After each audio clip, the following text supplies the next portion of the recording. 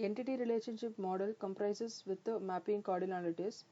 So here the mapping cardinalities are the cardinality ratios to express the number of entities with another entity can be associated with the relationship set.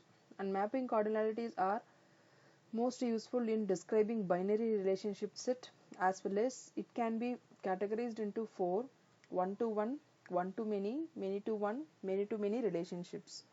So which is the mapping cardinality? So it represents the relationship between one entity to another entity in terms of one to one, in terms of one to many, and many to one, and many to many relationships. So which we can represent as 1 is to 1, 1 is to m is to 1, and m is to m.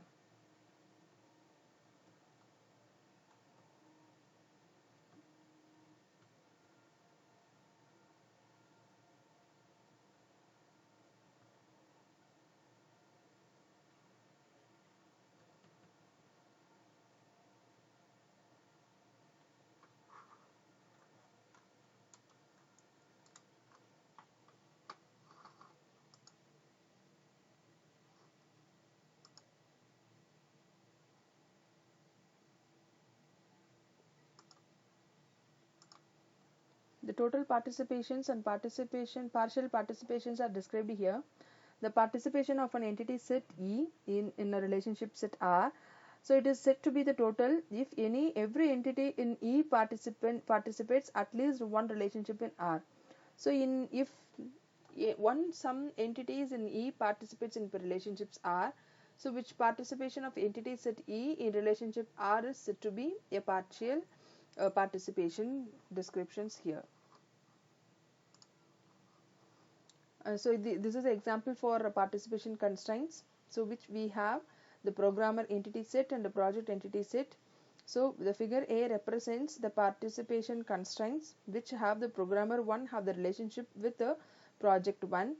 In the figure B represents the programmer 1 have the relationship set with the project 1 in case of assigned with the project 2 as well as 3, 4 and 5 consequently. So it can be represented as extended ER relation generalizations, specialization and aggregations. Here first of all the specialization carries us the suppose the university divides the students into two categorization. One is a undergraduate and another one is a postgraduate. So this kind of categorization, this scenario can be explained as a specializations. And specialization can be applied repeatedly or refine a design, and each of the employee types is described by the set of attributes which includes all the attributes of entity sets with the employees plus the additional attributes which we have. For example, the faculty entities may be described further by the attribute designation, while the secretary entities are described by the attribute as per week they have concern. And comes to the specialization, the entity set may be the specialized by more than one distinguishing features. So another coexistence specialization could be based on whether the person is a temporary employee or the permanent employee we can have.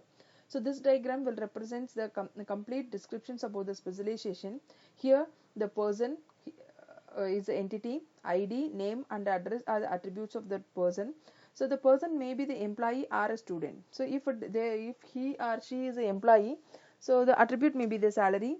If he is a student, it attribute may be the fees. So this is how we can describe the specialization here. And comes to the generalization. So it initially entity set into successive levels of entity subgroupings, which represents a top-down design process. And attribute inheritance. So the employee is described by its ID, name and address attributes, and additionally a salary attribute here.